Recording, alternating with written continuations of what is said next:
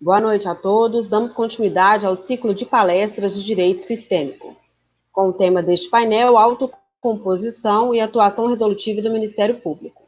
Com a palavra, a mediadora, advogada com doutorado em Ciências Jurídicas e Sociais pela Universidade do Museu Argentino, doutora Ana Cristina Moyá Azevedo, para a apresentação do palestrante e condução dos trabalhos.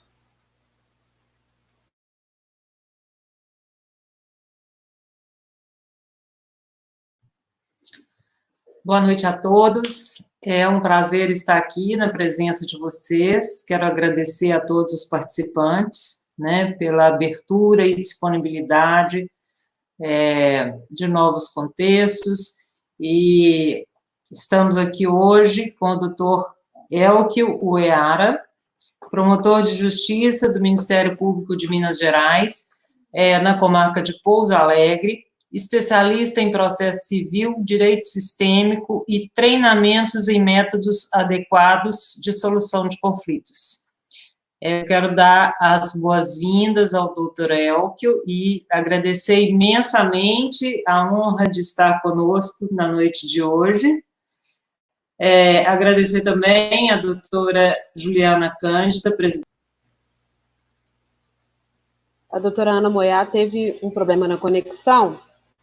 Ouviremos neste momento o doutor Elkio Uehara, que é promotor de justiça no Ministério Público de Minas Gerais, especialista em processo civil e direito sistêmico, treinamentos em métodos adequados de solução de conflitos.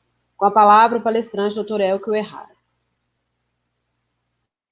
Olá, boa noite a todos e a todas.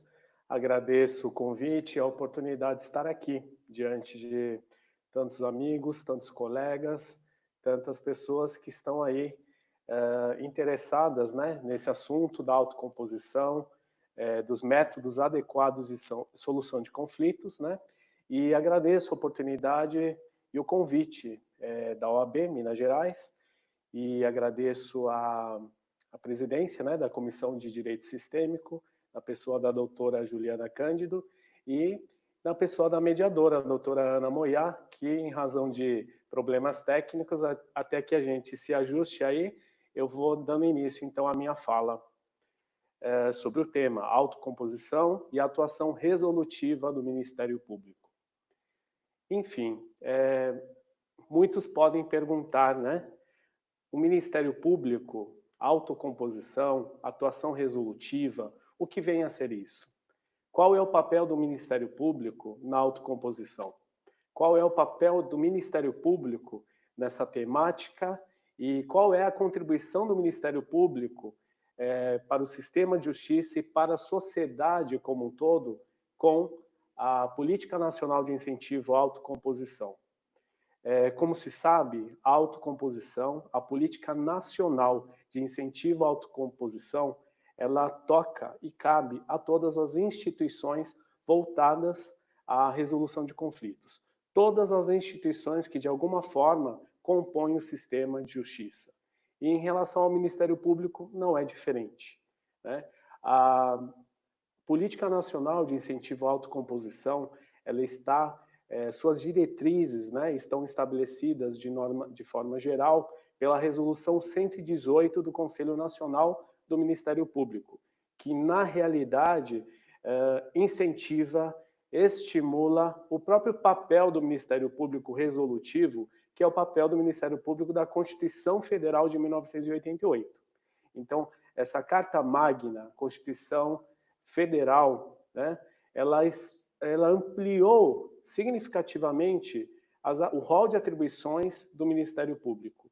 E nesse contexto de ampliação do rol das atribuições do Ministério Público, no contexto também dessa missão constitucional do Ministério Público enquanto instituição que zela pelo cumprimento da ordem jurídica, que zela pelo regime democrático de direito, o Ministério Público, nesse tocante, a ele cabe a defesa da própria democracia.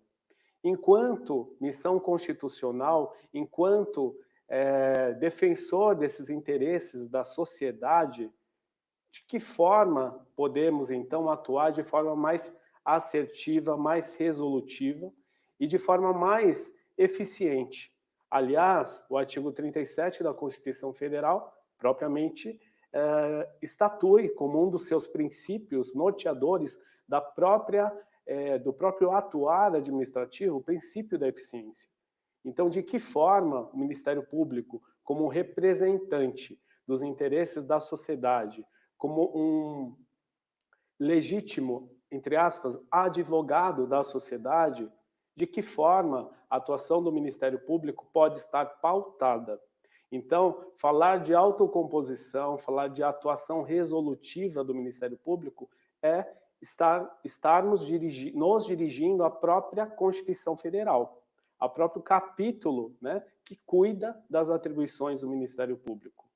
E a contribuição do Ministério Público no tocante à autocomposição, ela está afinada com a própria atuação voltada à esfera extrajudicial, ou seja, de que forma que a atuação do Ministério Público pode estar estruturada de modo a obter o resultado esperado da nossa atuação, independentemente da deflagração de um processo judicial. Então, essa atuação extrajudicial voltada à autocomposição, ela está muito conectada com o próprio empoderamento social, porque somente através do empoderamento dos cidadãos, somente através do empoderamento social, é que, de alguma forma, né, o próprio Estado pode racionalizar os seus recursos e, o mais importante, né, deixar esse papel paternalista no âmbito da resolução de conflitos, de modo que os cidadãos possam, por conta própria, estarem empoderados o suficientes para administrarem e construírem a própria solução adequada dos conflitos. Então, nessa toada, o incentivo à autocomposição está alinhado nada mais do que o resgate da autonomia e o resgate e essa necessidade do empoderamento individual e do empoderamento coletivo. Então, o Ministério Público, como condutor, como indutor de políticas públicas, o Ministério Público com atuação mais preventiva e extrajudicial, o Ministério Público mais conectado com as reais necessidades da sociedade, o Ministério Público conectado com o todo, né? E aqui no contexto do direito sistêmico, né? Então já vou puxar esse gancho aqui. O que o Ministério Público, né? Como o Ministério Público, propriamente falando, pode ser uma contribuição para a sociedade. E dentro dessa visão sistêmica, eu observo o seguinte, que não tem mais como facilitarmos a resolução de conflitos a partir de uma visão reducionista, a partir de uma visão dualista, a partir de uma visão ainda separatista. É preciso ampliarmos o olhar, né, de forma que uma partícula seja considerada a partir do todo. Porque a análise, tão somente para uma partícula, para um segmento, para uma setorização, ela por si só não é suficiente e por si só não é eficiente para que alcancemos a melhor solução para o conflito. Então, falar de visão sistêmica, falar de direito sistêmico, é ampliarmos propriamente o próprio contexto da análise, é ampliarmos propriamente a visão para o todo. Não há como considerar a efetivação de um direito individual sem considerar o todo, sem considerar o sistema que está envolvido. Não há como sermos efetivos numa política criminal sem considerar o que está sendo feito na política pública de atendimento à criança e adolescente. Não há como considerar simplesmente a proteção ao meio ambiente sem estimular políticas públicas voltadas à efetivação de direitos coletivos, né? E essa conscientização também no tocante a direitos coletivos, como, por exemplo, a proteção ao meio ambiente, não há como ser considerada sem uma política pública voltada à própria educação, de modo que cada seara está interconectada, todas as áreas, por isso que a gente fala de sistêmico, por isso que a gente fala de sistema. Um sistema não pode funcionar se um setor está defeituoso. Esse defeito, né, essa inoperância em um determinado setor, dentro dessa engrenagem, compromete o próprio resultado final. Então, a visão sistêmica, ela propicia isso, ampliarmos o olhar para além daquilo que se revela, para quem daquilo que se apresenta. Então, por exemplo, falar sobre violência. Não há como atuar simplesmente na repressão dessa violência sem considerarmos o que desencadeia esse ato de violência.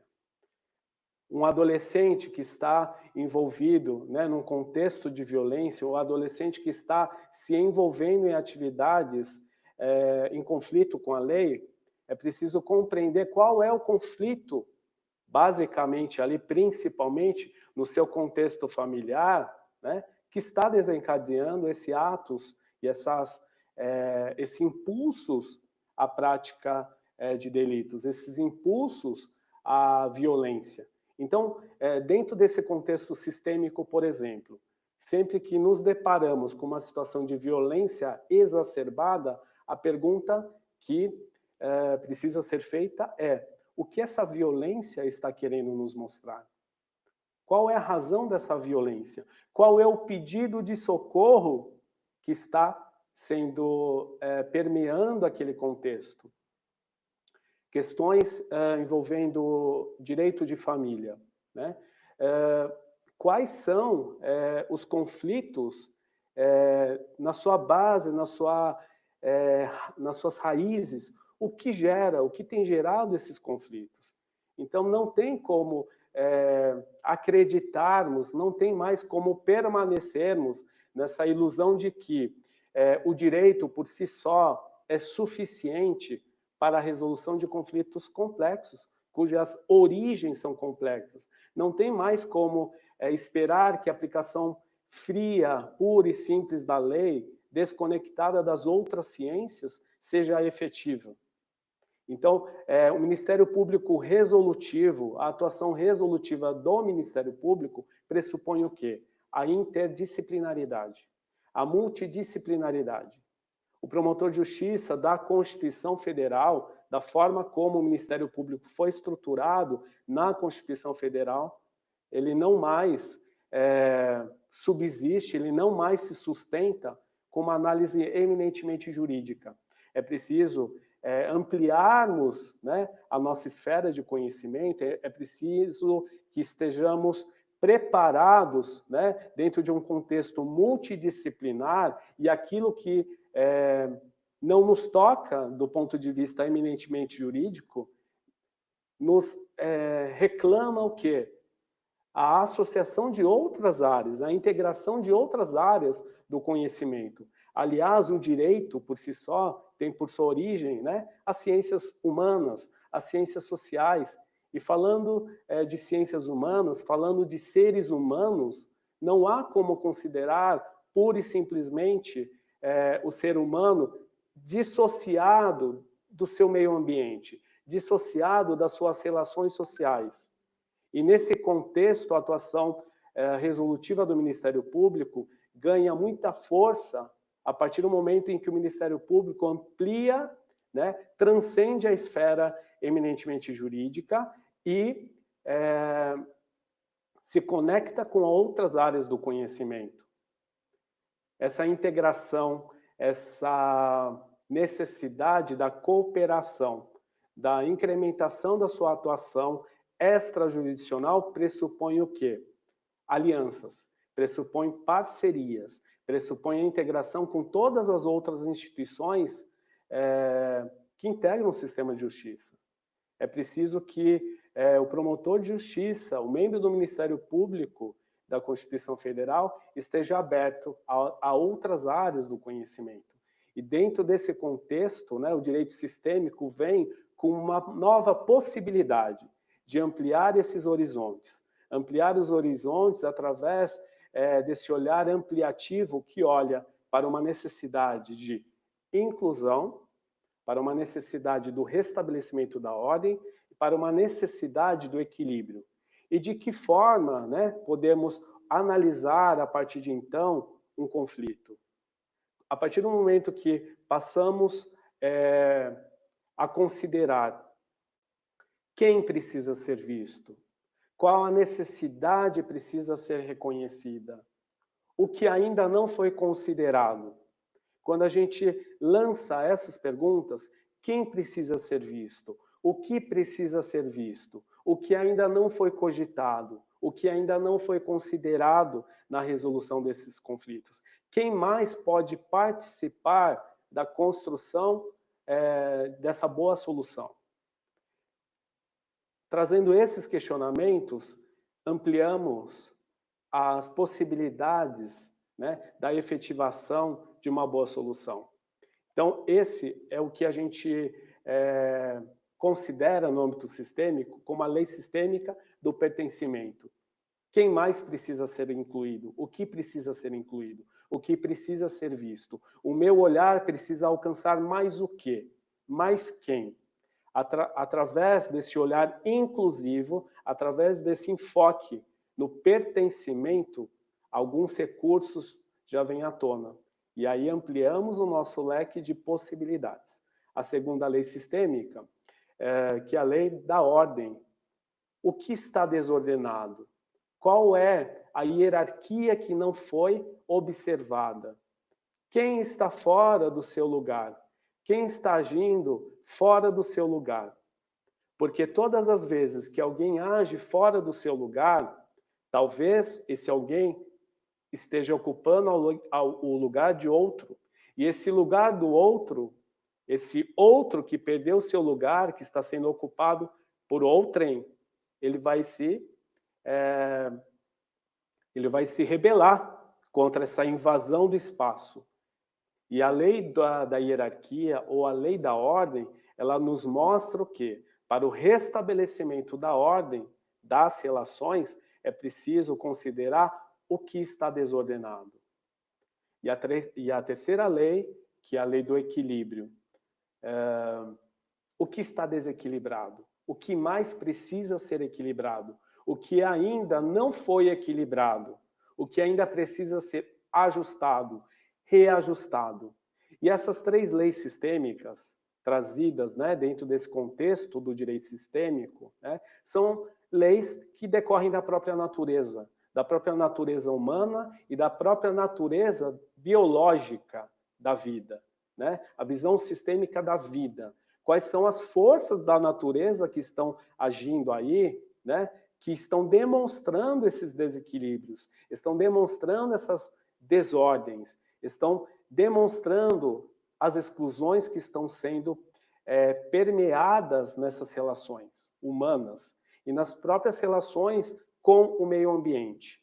Então, falando de leis sistêmicas, eu costumo traçar um seguinte paralelo com a nossa própria Constituição Federal. Falar de lei de pertencimento é falar do próprio texto constitucional, que privilegia e traz a importância de se reconhecer, primeiro, a história do próprio país, a história do seu patrimônio cultural, a história, né, das raças, a história da sua origem. Então, a Constituição Federal, ao contemplar um capítulo destinado exclusivamente à proteção dos índios, dos indígenas, né, a proteção ali às comunidades quilombolas, né, que tanto as comunidades indígenas quanto os quilombolas fazem parte da nossa história. Então, de que forma, né, podemos respeitar a origem da história do país, da nação, né? Desconsiderar a nossa origem, a nossa história, já é a própria violação ao princípio do pertencimento, já é a própria violação ao princípio da nossa ordem natural do país. Então, são princípios que, se analisarmos bem, né, estão todos contemplados na Constituição Federal. Quando falamos de princípio do equilíbrio, quantas vezes no texto constitucional, a palavra equilíbrio é utilizada, seja no equilíbrio orçamentário, seja no equilíbrio das políticas públicas, equilíbrio financeiro, equilíbrio do meio ambiente. Então, a própria proteção do meio ambiente pressupõe o quê? Uma atenção especial à questão do equilíbrio da ordem e do pertencimento. Como atuar efetivamente, por exemplo, numa questão coletiva envolvendo o meio ambiente, sem considerar quem foram os habitantes originários daquela localidade, sem considerar o meio ambiente originário daquela localidade. É preciso esse olhar ampliado para que possamos, de uma certa forma, sermos mais efetivos, atendendo o próprio princípio da administração pública da eficiência. Falar também de ordem, quantas vezes, né, a palavra ordem é utilizada no próprio texto constitucional. Então, eu costumo associar, né, esses três, para quem já está familiarizado com as leis sistêmicas, né, talvez a gente associando ao próprio texto constitucional que norteia a nossa atividade, fique mais fácil de traçar essa conexão da pertinência do direito sistêmico, da pertinência desse olhar sistêmico à nossa atuação enquanto operadores do direito, enquanto agentes que contribuem para a efetivação da justiça. E falando agora de autocomposição, é preciso que nos recordemos do próprio preâmbulo da Constituição Federal, a solução pacífica, né? A primazia da solução pacífica dos conflitos já está prevista ali no próprio preâmbulo da Constituição Federal. Um dos princípios regedores das relações internacionais é a própria solução pacífica dos conflitos. E analisar a questão da autocomposição de uma atuação resolutiva, esse contexto não pode estar dissociado do próprio princípio da dignidade da pessoa humana. Então, como podemos ser mais efetivos e mais resolutivos se não considerarmos as peculiaridades de cada indivíduo, se não considerarmos as peculiaridades de uma determinada comunidade? Não há como uniformizar um olhar, porque cada ser humano é único, cada ser humano tem a sua própria história, e não tem como ser respeitoso à história do ser humano se desconsiderarmos a sua origem. Então, como eu posso ser efetivo, né, atuando com uma atuação, seja de política de drogas, uma política criminal, uma política de segurança pública, uma política voltada a idosos, pessoas com deficiência, ou a questão afeta ao consumidor, sem considerar as peculiaridades. Afinal, a nossa extensão territorial ela é muito grande. Então, o que é comum aqui é muito distante da realidade ali do norte, né, do nordeste, do sul, do centro-oeste, ou mesmo do sudeste, do leste, né? Então, é preciso, nessa universalidade de diferenças regionais e diferenças populacionais, diferenças culturais, não tem como desconsiderar a individualidade, a particularidade de cada indivíduo e de cada comunidade. Nessa toada também é importante trazer à tona, por exemplo, questões mais sensíveis, né? Da atuação penal, por exemplo. Hoje, eu estou atuando no âmbito criminal. Não tem mais pertinência uma atuação criminal, uma atuação repressiva, voltada exclusivamente com olhar para o acusado, para o réu. Por quantos anos, né, foi negligenciado esse olhar para as vítimas? Então, falar de vitimologia, falar de criminologia, não há como mais esperar uma efetividade da nossa atuação se não considerarmos o todo. E esse todo, muitas vezes, é tão desconsiderado e não percebemos como ignoramos esse olhar ampliado. Porque a partir do momento que, se eu volto a minha atuação repressiva tão somente ao acusado, eu estou tão voltado ali, buscando ali a retribuição, a repressão pelo ato causado, e eu desconsidero ali a própria vítima. Quem está olhando para as vítimas? Quem está olhando para o dano que foi causado à vítima, né? A sua própria família, né? Que a gente fala dos efeitos de uma... Quais são os reflexos do dano causado? Então, um dano causado, por exemplo, a uma vítima, ele não está adstrito à sua esfera, porque a vítima se relaciona dentro de um contexto familiar. Quais são os impactos desse dano também ao sistema familiar? Quais são os impactos desse dano à pessoa vitimada no âmbito social? Eu costumo dar o seguinte exemplo.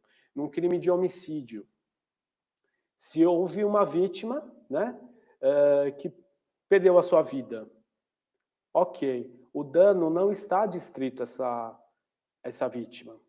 O dano ele repercute na sua família. Ele repercute na estrutura da sua própria família.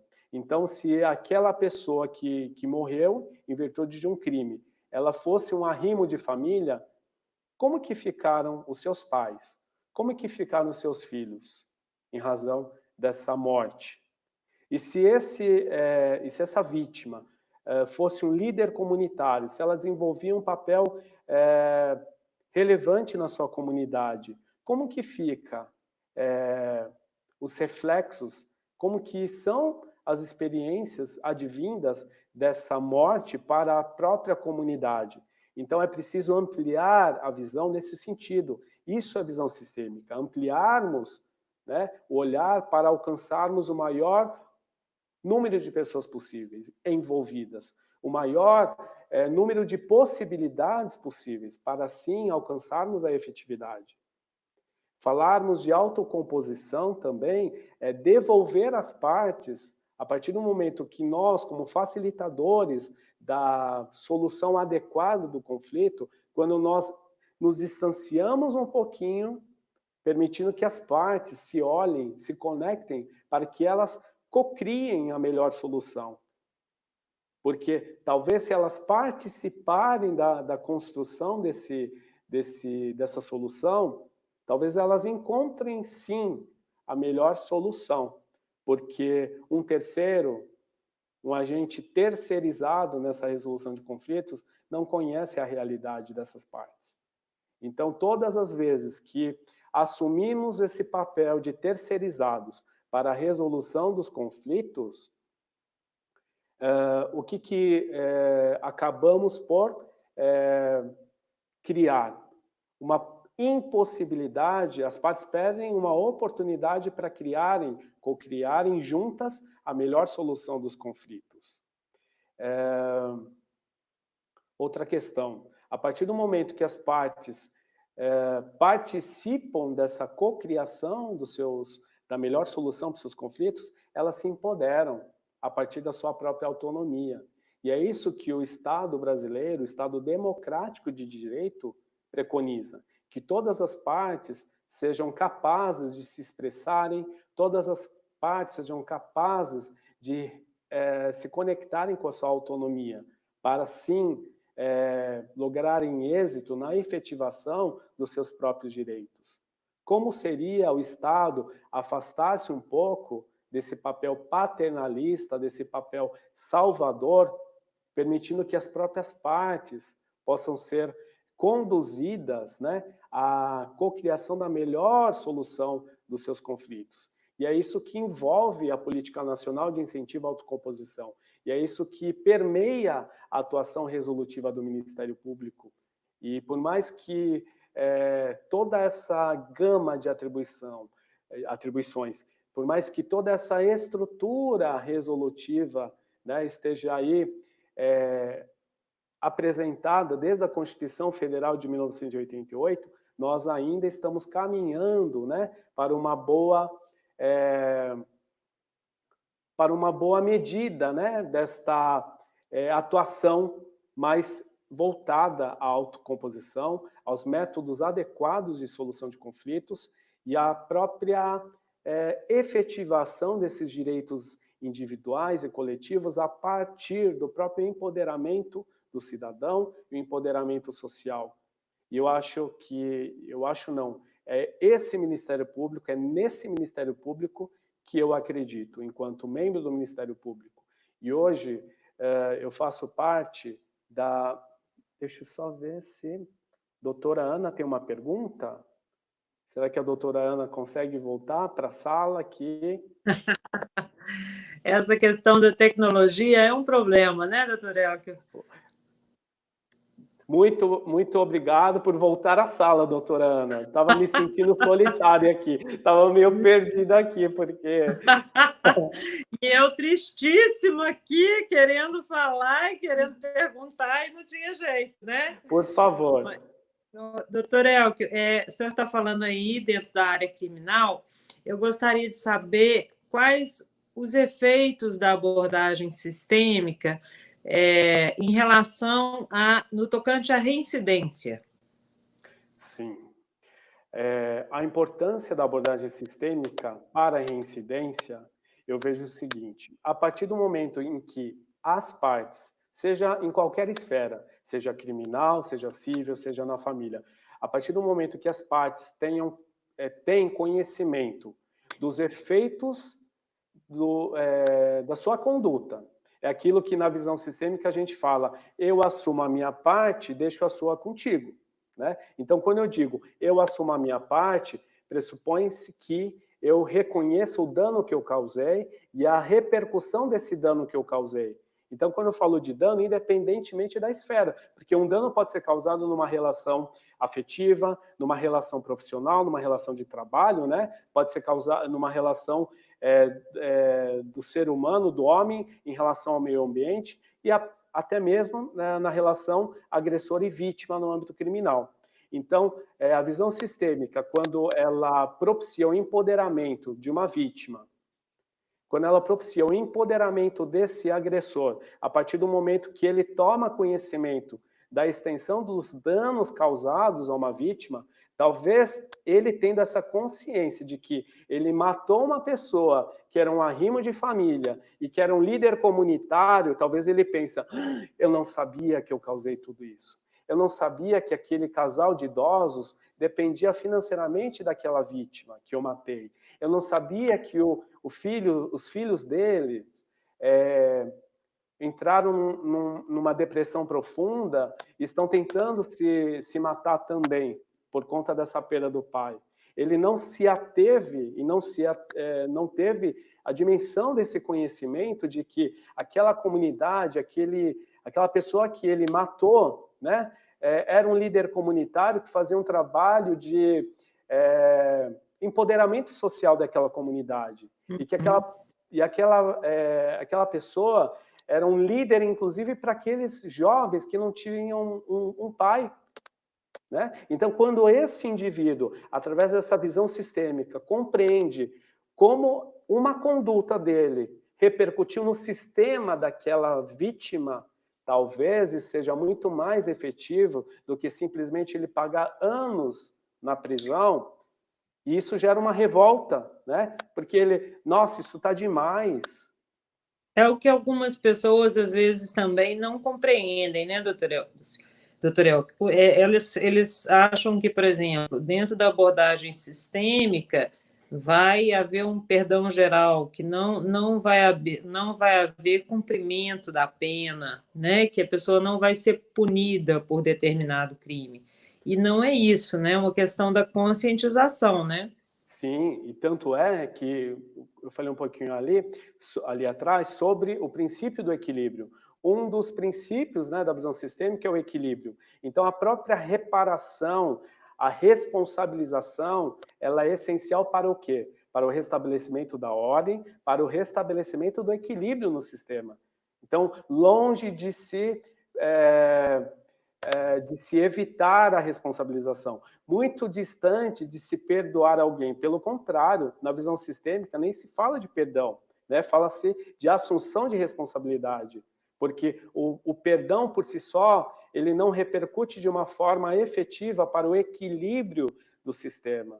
Então, dentro da própria visão criminal, por exemplo, que eu falo até mesmo no âmbito quando eu estou no tribunal do júri, aquela responsabilização que o Ministério Público busca, nada mais é uma responsabilização para o quê? Para o restabelecimento da ordem no sistema, para o restabelecimento do equilíbrio e para o resgate desse pertencimento da vítima, das pessoas que foram afetadas por aquela conduta, né? Então, assim, um exemplo claro, por exemplo, da aplicação da abordagem sistêmica, inclusive no âmbito criminal. Então, a abordagem sistêmica não é apenas afeta, né? Não é só aplicável à área de família, que é o mais comum, né? Que a gente até então observa, mas assim as experiências, né? No âmbito nacional, né? Revelam o seguinte: que hoje a abordagem sistêmica está nos presídios, está nas questões afetas à infância e juventude, na esfera trabalhista, na esfera da família e empresarial, educação. Exatamente, organização empresarial. E aí eu fico me perguntando, como seria, então, por exemplo, a minha instituição, né? Por exemplo, Ministério Público. Como seria analisarmos, né, a nossa eficiência enquanto instituição a partir desse olhar sistêmico no âmbito organizacional? Porque somos uma organização, somos uma instituição e que tem uma hierarquia, tem grupos de membros, de servidores, de estagiários, de terceirizados. Como seria nos organizarmos enquanto organização, enquanto instituição, a partir desse olhar sistêmico? Talvez ganhássemos em efetividade, né, em racionalização dos próprios recursos públicos. Aproveitando essa deixa que o senhor deu aí, doutor Elcio, eu queria que o senhor...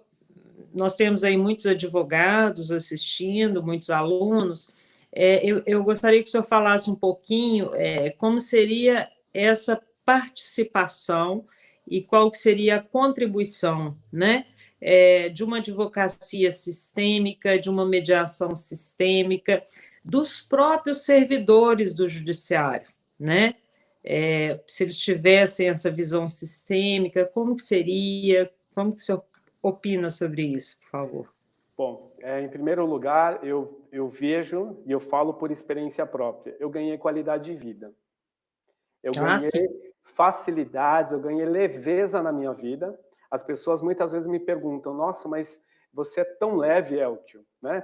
Como que é atuar nessa esfera criminal agora, mas como que é ser promotor de justiça, defendendo interesses tão complexos, tão sérios? Mas, assim, eu encontrei na abordagem sistêmica uma leveza, uma facilidade, uma efetividade, então um ganho pessoal, saúde, qualidade de vida, em primeiro lugar, é isso que a gente recebe, a gente ganha, né, doutora Ana Moia? E compreensão, né? Compreensão de nós mesmos. Sim, e a partir...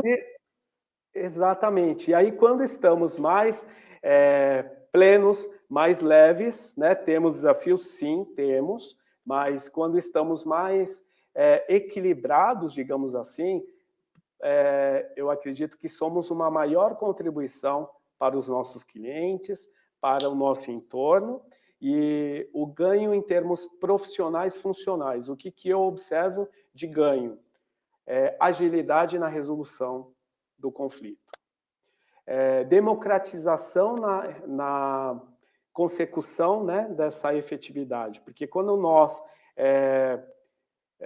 deixamos esse lugar de importância na resolução de conflitos, quando abrimos as possibilidades para que as partes e a própria comunidade participe da resolução desse conflito, né, isso fica mais leve para nós profissionais. E as partes ficam mais satisfeitas, e elas vão ficar satisfeitas também porque o resultado será muito mais breve.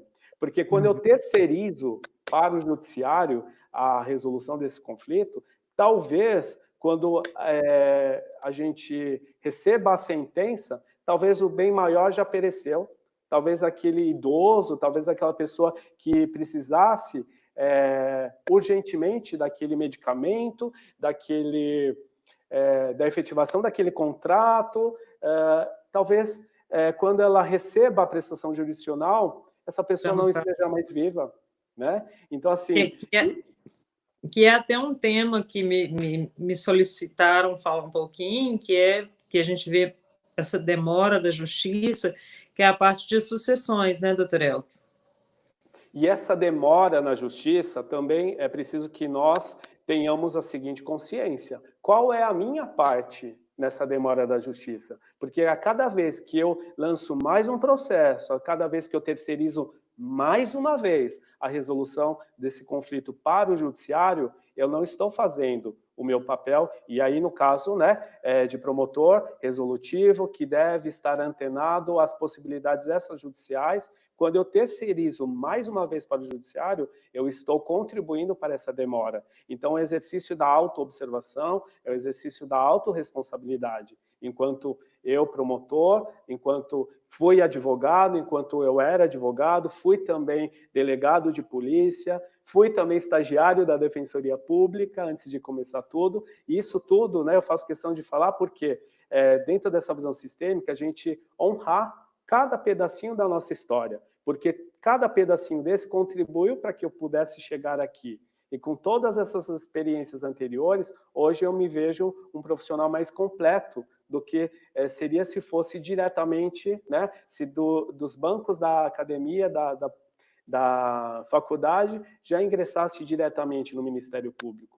Então, falar de história é integrar todos esses pedacinhos, né? Sim, é igual, por exemplo, na questão do direito, a gente tem muito essa pergunta quando a gente está ministrando o módulo, né, do direito sistêmico, que é preciso se considerar o direito que veio antes, que ele é importante, que ele faz parte da história, né? Sim. E que a constelação vem como uma nova ferramenta, né? Com certeza, Para assim como a auxiliar. mediação.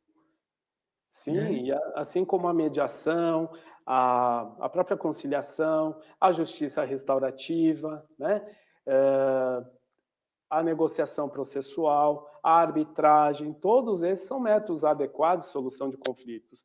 E aí eu sempre sou indagado quando eu sou convidado, né? E às vezes sou indagado e ainda eu ouço: mas eu não quero enveredar por esse caminho aí da resolução adequada, de acordo, porque senão eu não vou ganhar meu dinheiro. Mas quem disse que, né, quando um advogado se prepara, quem disse que quando ele se capacita para prestar um serviço mais rápido, mais efetivo, né, e que vai contar com a participação de maior número de pessoas possíveis, quem diz que ele não pode considerar essa capacitação, considerar essa valorização e essa capacidade, essa habilidade dele conseguir obter uma resolução mais rápida e mais adequada para as partes? Né? Isso eu tenho certeza que isso deve ser considerado até mesmo ali, ó, na verificação dos honorários, né? Do estabelecimento dos honorários, porque é um diferencial. Com certeza. Hoje, uma das perguntas que eu mais ouço é: Ana, você me indica um advogado, mas um advogado sistêmico, né? Então, quer dizer, já está havendo essa busca por um profissional que tem uma visão mais ampliada, que tem uma visão do todo, que vai dar um outro enfoque, né? Isso é importante também. Agora, doutor Elcio, tem uma outra pergunta ainda que eu gostaria de fazer para o senhor. Como que o senhor interpreta, né, a utilização da constelação pelos magistrados, pelos próprios magistrados e também pelo Ministério Público, por advogados em escritório de advocacia, que isso também é muito questionado, né? Se pode, se não pode, se, né? Como que é a visão do senhor nesse sentido? Eu percebo que o potencial das constelações para a efetivação tanto dessa autonomia, desse empoderamento das partes, eu vejo a grandiosa contribuição que as constelações podem representar nesse contexto da solução adequada de conflitos. E é preciso também, eu sinto que é preciso deixarmos claro que direito sistêmico não é sinônimo de constelação familiar, né? Sim. Porque o direito sistêmico ele envolve muito mais do que... Então, assim, falar de direito sistêmico não necessariamente é falar de constelação familiar. A constelação familiar está dentro, sim, né, do contexto do direito sistêmico. Mas quando eu falo desse olhar aqui, de verificação dos princípios do pertencimento, da hierarquia e do equilíbrio, quando eu falo dessa minha atuação no tribunal do júri, que considera esses 3 princípios na relação vítima e agressor e extensão dos danos causados, eu não estou fazendo uma constelação familiar, eu estou trabalhando com contexto sistêmico. Eu acho que esse é o maior propósito do direito sistêmico, a gente ampliar as possibilidades, sendo que uma delas é sim a constelação familiar. Mas muitos magistrados, muitos promotores, muitos advogados, às vezes me questionam, eu não quero fazer isso porque eu não quero constelar. Mas quem disse que aprender a visão sistêmica, quem disse É a que postura, aprender né?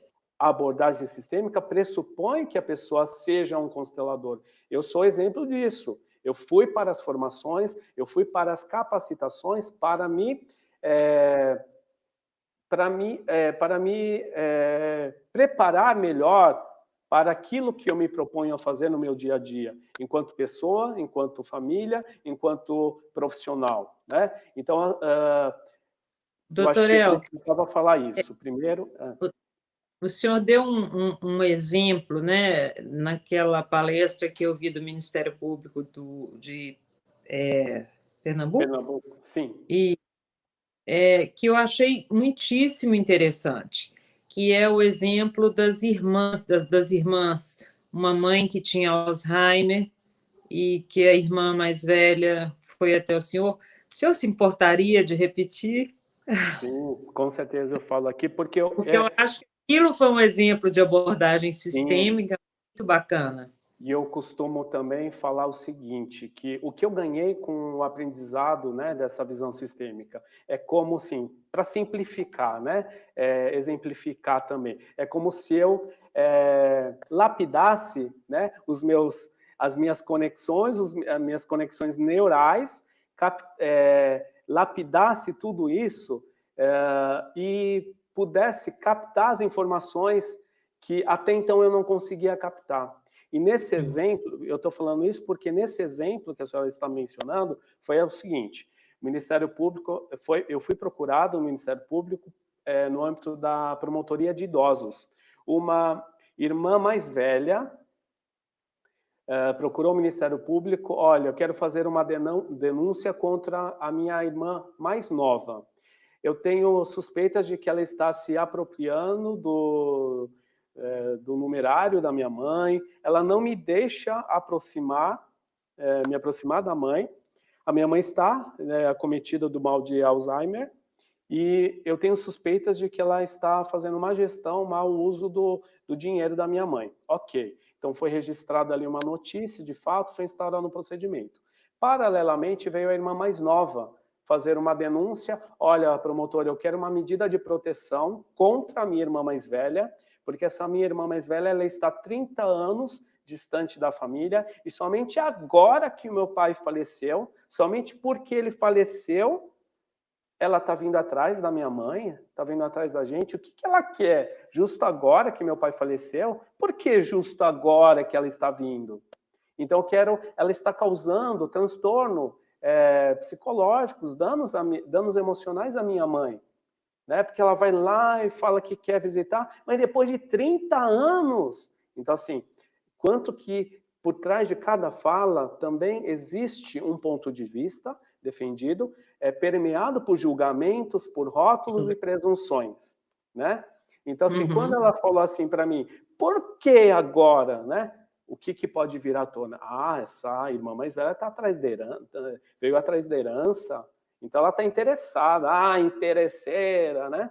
E aí, enfim, qual que era o procedimento? Eu acho que esse exemplo é um exemplo claro dessa participação do Ministério Público na contribuição da efetivação da resolução adequada de conflitos, independentemente da deflagração de um processo judicial. O que eu fiz? Sim. Eu marquei uma reunião familiar, pedi para comparecer a rede, né? CRAS, CRES, eu não lembro na época quem que estava acompanhando essa família, que tem esse acompanhamento, o acompanhamento multidisciplinar é essencial, e a visão sistêmica ela não dispensa a atuação de ninguém, né? Por isso que é sistêmica, todos fazem parte, então é preciso uma psicóloga, uma assistente social. Eu não estou fazendo um papel de psicólogo, eu não estou fazendo um papel de assistente social, porque a visão sistêmica preconiza que eu tenho força na minha atuação quando eu faço do meu lugar, né? Do meu lugar de promotor, eu posso ter mais força do que quando eu quero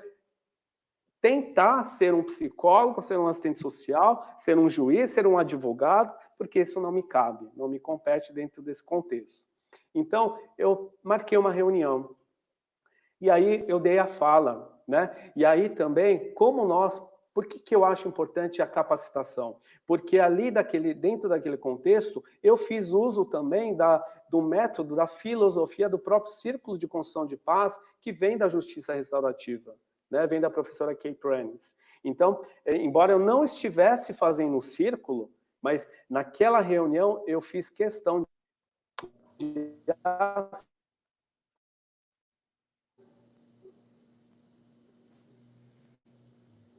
segurar, amplia o número de pessoas envolvidas na construção desse conflito, da solução desse conflito, fica mais efetivo. Então eu chamei a mãe, mesmo acometida de Alzheimer, se ela pudesse falar alguma coisa, eu não sabia como, né? Então assim, pedi a participação caso possível. Aí veio a irmã mais velha, veio a irmã do meio e a irmã caçula.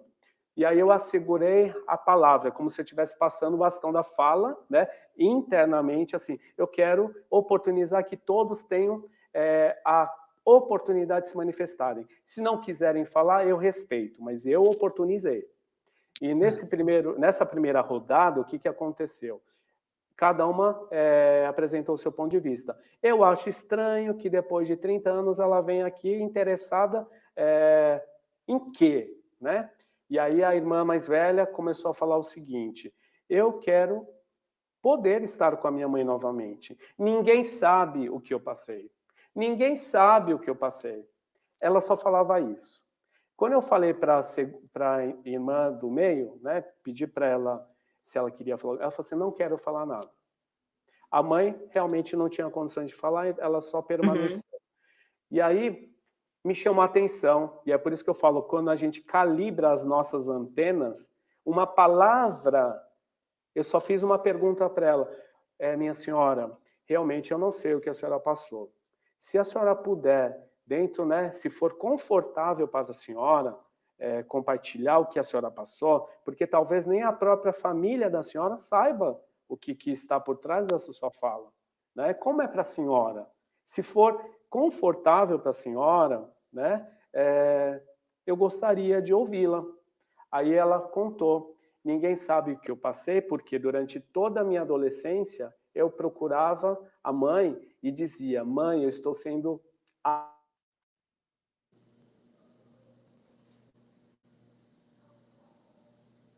abusada pelo pai. O pai está mexendo comigo.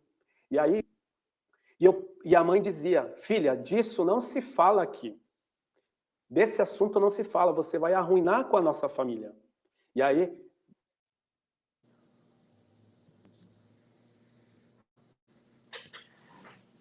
ela procurava a mãe e ela disse: de tanto eu procurar a mãe, ela me internou várias vezes num sanatório. Naquela época era possível, né?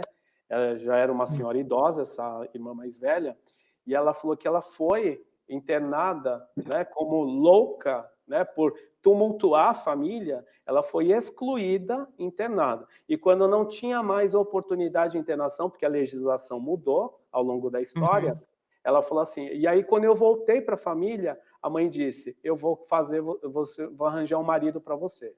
E ela criou um casamento para ela, para tirar essa filha de lá, né? E esse caso me mostra muitas leis violadas aí. Uma delas, a lei do pertencimento. Quando eu não sei lidar com uma situação, o que eu faço? Excluo. Eu evito esse problema e, nesse caso, eu interno a minha filha que está me causando um problema. E quando ela não pode mais ser internada, eu vou arranjar um casamento para ela. E a filha, por amor a essa mãe, ela não se rebelou. Ela aceitou casar-se. E é por isso que ela ficou 30 anos afastada do seio familiar. E aí, quando ela volta, quando ela sente a vontade de voltar, por quê? O pai não mais estava vivo. Então, ela se sentia à vontade de reaproximar-se dessa mãe. Ou seja, amor de filho para os pais, né? Aconteça o que tenha acontecido, ele sempre está aqui, né?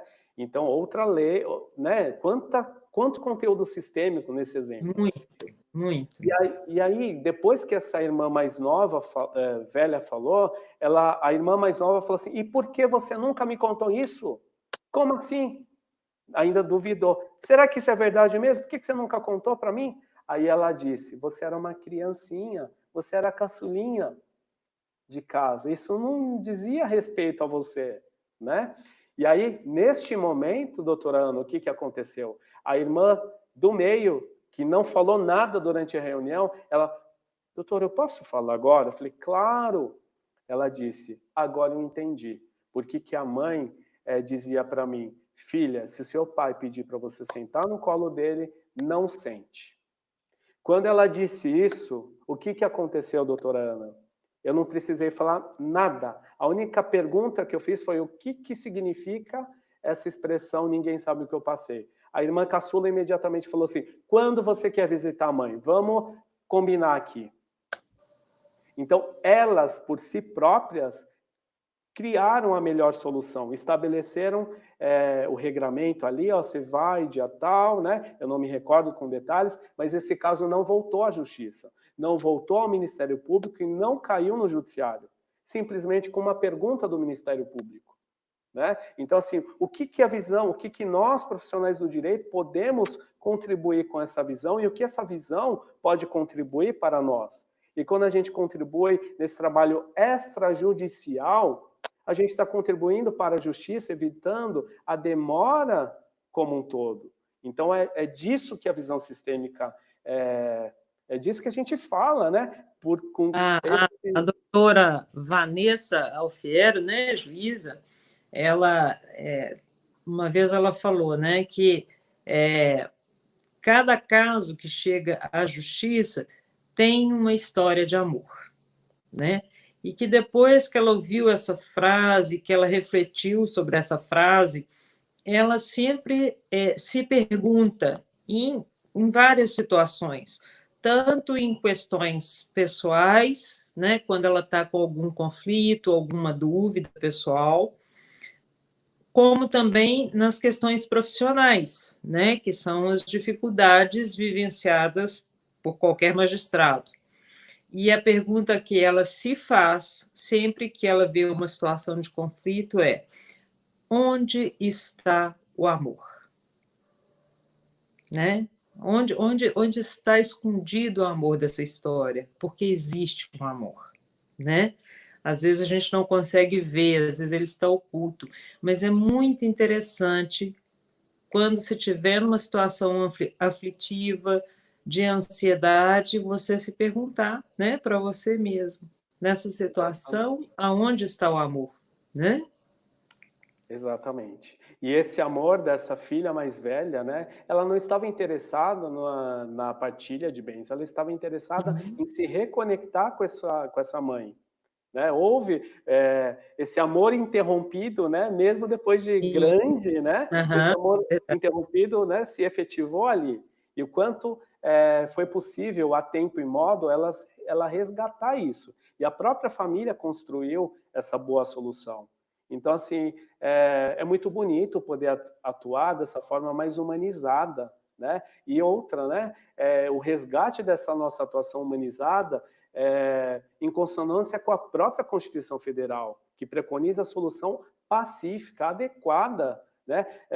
Uma solução. Por exemplo, se eu busco na justiça uma solução, mas a pretexto de encontrar essa resolução, eu vou deteriorizar uma relação, eu vou humilhar pessoas, isso não é a justiça. Não é esse o papel, né, da justiça. A justiça, a paz, ela só é alcançada quando ela está conectada com a democracia, todos podendo falar, se expressar, pertencer, né, ter um espaço dentro desse contexto. Isso é democracia. Aproveitando, né, as palavras do senhor, né, a Madre Teresa de Calcutá falava, né? Você quer promover a paz mundial? Vá para casa e cuide da sua família. Né? Então, é mais ou menos por aí. Né? Às vezes as pessoas ficam buscando soluções milagrosas e fazer atos enormes, e talvez a solução esteja dentro de casa. Né? Às vezes a própria dor está dentro de casa. Né? Com essa pandemia agora, nós estamos vendo isso, que está mais difícil para as pessoas, por quê? Porque elas estão um pouco mais perto da dor.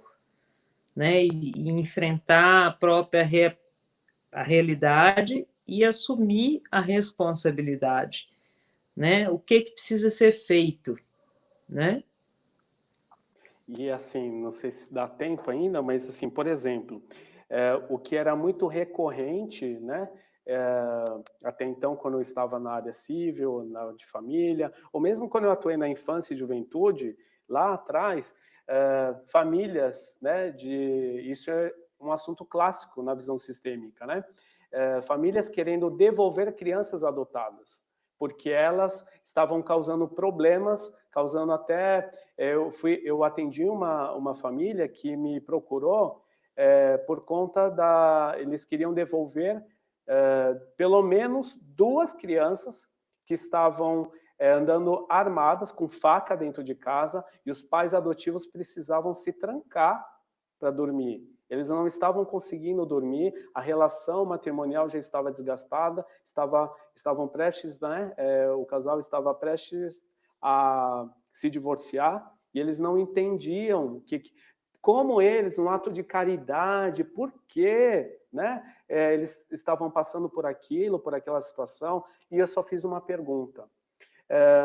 Como que é a relação dos senhores pais adotivos com os pais biológicos? E quando eu digo qual é a relação, não é se vocês têm contato ou não. Como que é uma relação? Uma relação de respeito. Existe uma relação de respeito em relação a esses pais biológicos? Porque o que eu percebo, não precisam me responder, porque essa pergunta me foi feita numa palestra que eu estava dando até na OAB. E aí eles me pararam e me perguntaram sobre isso. E aí eu falei assim, não precisam me perguntar, apenas reflitam. Porque o que eu percebo no meu dia a dia, que quando uma criança adotada, ela é desrespeitada pelos pais adotantes, né? Pelos pais adotivos, né? E o que é um desrespeito? É muito sutil. Então, por exemplo, se eu falo, se você não me obedecer, eu vou te devolver. Se você não endireitar, você vai ser igual à sua mãe. Se você não endireitar, se você não estudar, você vai ser igual ao seu pai. Né? Você vai estar preso que nem o seu pai, você vai ser preso igual ao seu pai, você vai estar na sarjeta igual a sua mãe estava, né? Quando eu te encontrei. Então, assim, falar de pai e mãe biológicos é falar da própria história, da própria pessoa. Então, se alguém, qualquer que tenha sido a minha história em relação ao meu pai ou à minha mãe, se alguém falar mal do meu pai ou da minha mãe biológicos, isso está me afetando. E eu dou exemplo, né? Como se meu pai fosse o café, a minha mãe o leite. E aí eu misturo o café com leite num terceiro copo. E aí eu sou o café com leite. Se eu esquentar esse café com leite no micro-ondas, não tem como esquentar só o meu pai, só o café, ou só o leite a minha mãe. Né? Eu esquento por inteiro. Então, se alguém falar mal só do meu pai ou da minha mãe, está me desrespeitando como um todo. Se alguém, né, e esses julgamentos, né, a título de correção, tudo bem, essas crianças precisam ser educadas, precisam ser repreendidas, né, no processo educacional, mas é preciso respeito. Porque quando eu desrespeito a história, essas crianças vão se rebelar, por mais bem cuidadas, porque a queixa sempre é essa: eu dou a melhor educação, eu dou o melhor vestuário, a melhor alimentação, e ainda assim eu estou correndo risco de vida. E aí, quando eu falei isso para eles, nossa, eu estou fazendo tudo errado, porque eu faço exatamente o que o senhor está falando. Porque a história dessas minhas filhas foi mais ou menos assim. E o que aconteceu, doutora Ana? Passaram alguns meses, Eu reencontrei esses pais, né?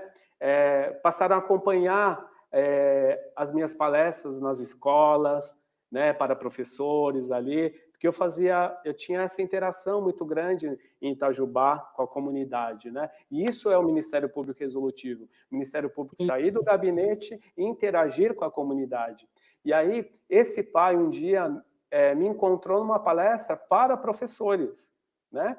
E aí, ele apareceu com quem? Com as duas meninas. Ah, que coisa boa.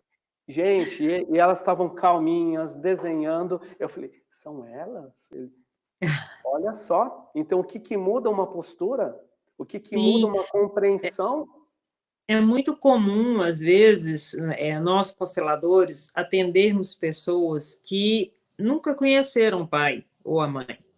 Né? Na última semana, inclusive, eu atendi uma moça e ela falou assim, mas como que eu vou ter gratidão pelo meu pai se eu nem o conheço, se eu nunca ouvi, se eu não sei quem é, né?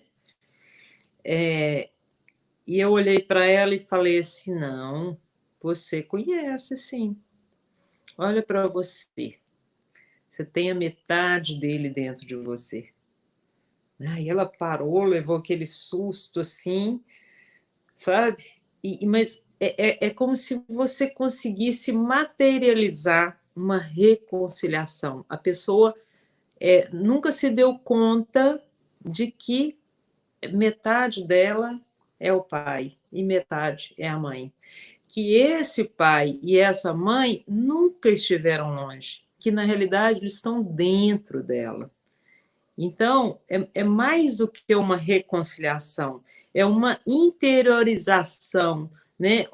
Um descobrimento de que o pai e a mãe são a continuidade da vida, que vivem dentro da pessoa, né?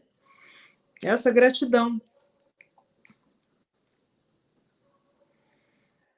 Doutora Ana, dá tempo de eu compartilhar só mais uma experiência em relação a pessoas adictas? Nossa, por favor.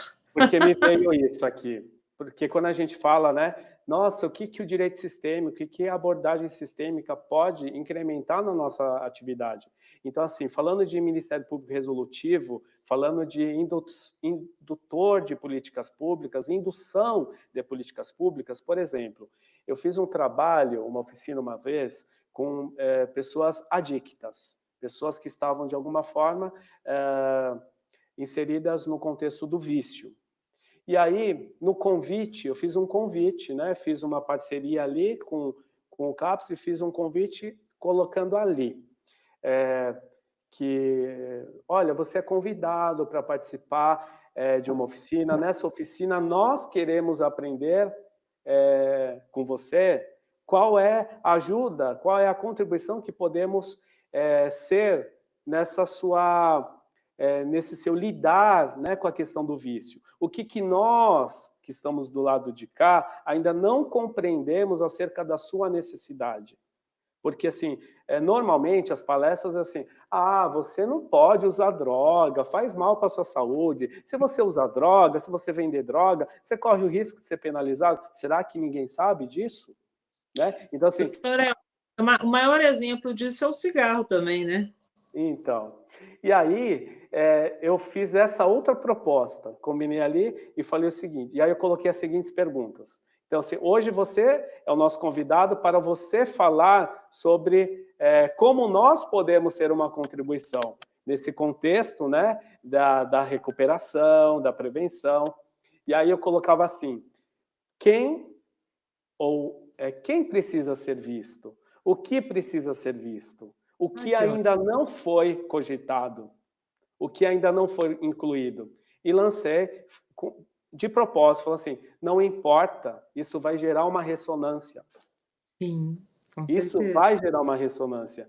E foi incrível, né? Que eles compareceram, eles falaram, eles mais falaram do que nós, eles interagiram, sabe? Foi incrível, sabe? Partilhas incríveis e é aí que está, né? O quanto a gente pode democratizar a nossa atuação, permitindo que as pessoas falem, se reconectem com as suas próprias histórias, que elas se empoderem, né, e sejam protagonistas da própria história e construam a melhor história para si. E aí a gente pode ser apenas um apoio, uma contribuição. Eu costumo falar que, hoje em dia, eu não gosto nem de falar, embora temos o livro Ordens da Ajuda, longe de mim querer criar teorias, mas, assim, para mim, doutora Ana, hoje é mais confortável falar assim, qual é a contribuição que eu posso ser nesse caso? Qual é a contribuição que eu posso ser para a senhora? E não, como eu posso te ajudar? Porque te ajudar, para mim, ainda já é pesado. Já parece que, né? Então, assim, como eu posso ser uma contribuição? Então, verdade. e é assim, né? É leve, é gostoso de falar de visão sistêmica, né? É gostoso de Nossa. partilhar isso. Então, eu Não, agradeço, viu? pode pedir para o senhor contar mais umas 3 outras histórias, mas eu acho que não vai dar, não dá tempo, né? Teria ainda aquele caso do suicídio também, que eu achei muito interessante, eu não sei se... porque justamente um desses casos, né, que o senhor... a pessoa não se dava conta, né? Será que dá tempo da gente contar? Deixa eu ver aqui no Agora chat me como é que tá. controla aí. Deixa eu ver aqui. Eu também não estou conseguindo ler as perguntas do Gabriel. Não consegui ler aqui se já está. Eu vou pedir a Camila, se tiver já na nossa hora, ou quantos minutos faltam, Camila, você pode nos falar? Eu pedi assistência técnica aqui, ajuda. Mas enquanto Não sei isso, se a Camila... então, tá, se Sim, ela tá, enquanto isso, eu vou falar rapidinho. Doutora Ana, eu vou tomar a liberdade de contar uma outra história envolvendo o suicídio, porque essa a senhora conhece claro, já, fica à né? vontade. E aí tem um outro vídeo lá que as pessoas podem assistir, né? Para não Sim, repetir, lógico. né? Então vou compartilhar uma outra história que isso se passou na comarca de Itajubá. Nós tínhamos lá oficina sistêmica, né? Então, assim, a gente tinha palestras e tinha oficina de constelações, oferecíamos isso por meio de profissionais voluntários que fizemos parcerias, né? Então, eu não fazia, né? Respondendo a sua pergunta anterior lá, por mais que, né? Não era esse o meu lugar lá, então tínhamos parcerias, né? E assim, eu não me sentia confortável, eu não me sinto confortável, né? Eu acho que isso é de cada um, né? Então tá tudo certo. E aí fomos procurados por uma família por encaminhamento do setor psicossocial da prefeitura, porque uma mãe estava desesperada porque a filha estava tentando se matar. E ela já estava sendo acompanhada pela equipe médica, de psicólogos e de assistente social, e a equipe não vislumbrava uma outra solução senão a jurídica. E aí eu falei assim, uau, mas juridicamente essa menina não está em crise, ela tenta se suicidar em momentos esporádicos, né? Mas assim não era um caso de internação. Juridicamente, né? A gente não tem solução para tudo no meio jurídico, por isso que é preciso preciso preconizar esse atendimento multidisciplinar. E lá a gente vinha, de alguma forma, acertando isso. Enfim, essa adolescente, a mãe dela foi encaminhada para a oficina, então a mãe dela compareceu, e a mãe dela dizia o seguinte, que depois, né, e lá, como que funcionava, né? Muitas pessoas perguntam, mas vocês expõem as pessoas, né? Então, vou explicar a experiência que nós tivemos lá em Itajubá. As conversas eram reservadas, elas não eram colocadas publicamente para as pessoas que estavam na oficina e fazia-se ali de forma oculta, né? Sim. Aquela forma oculta. Então, não tem exposição, cada lugar faz de uma certa forma, mas assim, lá em Itajubá a gente tinha esse cuidado também, né? Para não expor a intimidade das partes. E aí, geralmente, no judiciário, as constelações são ocultas, né, doutor Elcio? Sim, sim. E aí, o que o que se revelou ali? Que na própria história que a mãe contava, que ela se sentia culpada, porque depois que ela se divorciou, que a filha começou a tentar se matar. E aí ela falou, mas por o que aconteceu? Ela se divorciou a partir do momento que ela tomou conhecimento que a filha era abusada sexualmente pelo próprio pai. E após isso vir à tona, após o pedido de divórcio, esse pai se matou. E o que essa menina estava fazendo? Também, por amor, seguindo esse pai. Apesar de ter sido vítima, né, de violação, ela ainda amava o pai. E aí que vem o contexto da pergunta da doutora Vanessa, né, Alfiero, quando ela fala, Sim. Onde está o amor? Esse amor sempre está presente. Por mais que muitas vezes é permeado por dor, mas existe amor, né? E depois, né, quando ela participou ali das oficinas, o que aconteceu? Nunca mais tivemos notícia dessas tentativas, e a filha estava lá com a mãe, a menina tinha 17 anos, e depois que terminou, ela estava assistindo ali, e aí ela se emocionou e falou assim, eu posso pedir um abraço? Diz que ela pediu um abraço para a pessoa que representou ali o pai. Então, assim, por mais que ela tivesse sido vítima, né, ela se sentia culpada por aquele pai ter se matado. E ela também se sentia em conflito, mas olha, ele me violou, mas eu amo ele, mas eu não posso amar, né? Mas ele morreu. Então, assim, o que isso representa, né, na cabeça, nas emoções? Na verdade, é um conflito dentro dela mesma, né, em relação à idade dela. Aceitar-se ou não aceitar-se, amar-se ou não amar-se, né? Às vezes a pessoa vai se constelar em relação a alguma questão profissional, por exemplo, né? E aí, de cara, você vê que a questão, às vezes, é com o pai, que o pai é aquele que leva para o mundo, né? E a pessoa tem a dificuldade. Então, ela tem dificuldade de escolher, às vezes, a profissão, de ir, de se arriscar, né, de sair do lugar.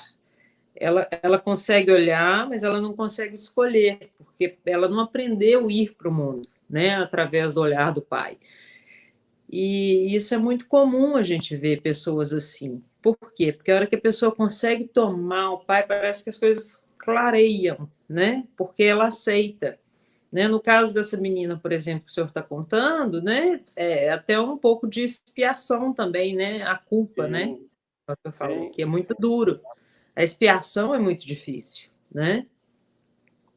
Mas, e aí que eu me pergunto, né, doutora Ana, será que eu posso, como membro do Ministério Público, me contentar simplesmente com a aplicação pura e simples da lei, depois que eu tenho todo esse conhecimento, né, o que me traz aqui a conversar, e eu sou super tímido, assim, eu tenho um problema com câmeras, né, mas assim, é algo que me inspira, me instiga, não dá para ficar só comigo, né? A senhora mesmo, não dá para ficar só com a senhora, tudo que a senhora estudou. De jeito nenhum, nós temos que compartilhar e difundir essa ideia, né, doutor?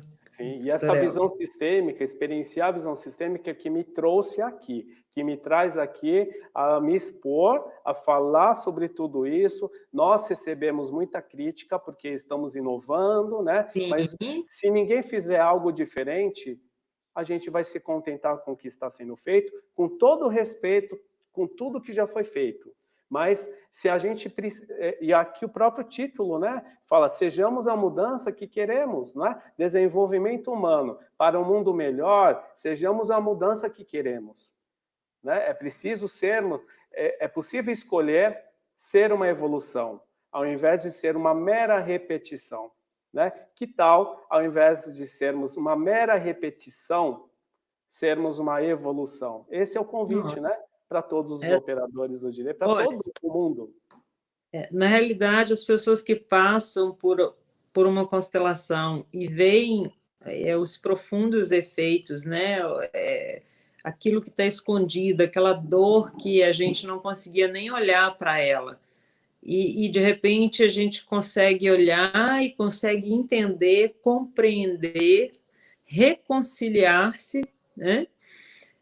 E a gente percebe a força que nos deu em todos os sentidos, né? Como pessoa, como profissional, como que o efeito é muito impressionante, por isso que a gente fala, né? A constelação você tem que vivenciar, não tem jeito de explicar a constelação, né? O Bert falava isso e é verdade.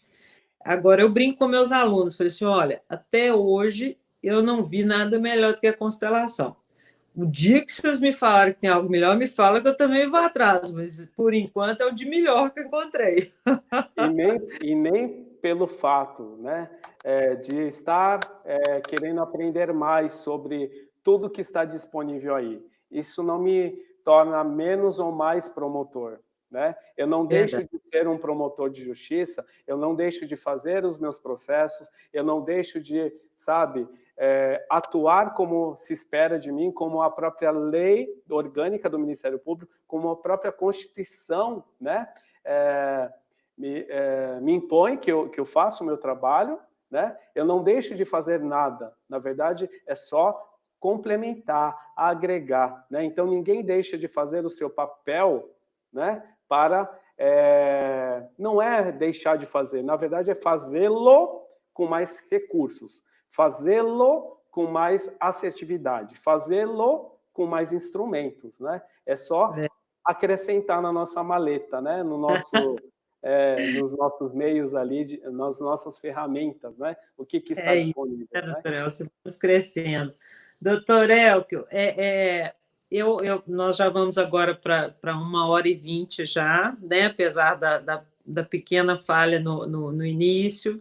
Eu peço desculpas a todos, né? Mas a Camila nos auxiliou tecnicamente aí, e apresentou muito bem o senhor e nem precisa apresentar, né? E eu quero, né, finalizando, primeiro pedir desculpas, porque nós não vamos conseguir abrir para as perguntas, mas quem sabe a gente faz uma outra, né, uma outra palestra e a gente possa dividir aí as dúvidas, né? Eu gostaria muito de agradecer, né, ao doutor Raimundo Cândido, presidente da comissão da OAB, que nos dá essa abertura para expor essas novas ideias, a doutora Juliana Cândido, que é a presidente da Comissão de Direito Sistêmico, né? A Camila, que é a nossa assistente técnica, que hoje eu dei um trabalho enorme para ela. Muito obrigada, Camila. E, doutor Elcio, é uma honra enorme recebê-lo. O senhor, para nós, é uma inspiração, viu? Eu brinquei hoje, que eu conversei com o doutor Elcio mais cedo, falei assim, doutor Elcio, eu precisava de uns 3 dias para perguntar tudo que eu tenho para perguntar para o senhor. Porque tem projeto lá de Itajubá, tem tanta coisa, né? Mas é muito bom acompanhar o trabalho do senhor e é muito bom saber que o senhor tem feito parte do sistema de tantas pessoas, porque toda vez que a gente muda o destino de uma pessoa, a gente tem, né, uma participação no sistema dela. E que bênção, né, poder fazer parte do sistema de tantas pessoas, né, para o bem, né? E é uma honra tê-lo aqui, e eu espero que nós possamos encontrar outras vezes, viu? Muito obrigado, gratidão pela presença, pela disponibilidade, pela abertura, viu? Sem palavras. Gratidão ao OAB, gratidão ao doutor Raimundo por abrir esse espaço, gratidão à doutora Juliana, gratidão à senhora, doutora Ana. E eu sei que para que isso fosse possível, tem toda uma equipe, gratidão Camila, né? Fizemos testes, ajustes, tem toda uma equipe por trás disso. Considerar todo esse sistema, então assim, na pessoa da senhora, eu faço os meus agradecimentos e deixo aqui uma pergunta para todos os nossos amigos aqui, que é a pergunta que eu me faço todos os dias. Qual é a contribuição que eu escolho ser todos os dias para mais inclusão, para mais ordem, para mais equilíbrio e para a vida para o planeta? Eu escolho ser essa contribuição, que todos nós, do nosso lugar, do seu respectivo lugar, possa também fazer escolhas que nos levem e os levem a mais vida, a mais leveza, né? Que é isso que importa. E assim, nessa leveza, nesse equilíbrio, que a gente possa estar a serviço cada vez mais da justiça, da reconciliação e da vida. Com essas palavras eu encerro com a minha gratidão por essa oportunidade preciosa. Gratidão a todos que participaram, viu? Minha gratidão, a gratidão de nós todos, viu? Obrigado e que Deus abençoe a todos. Amém.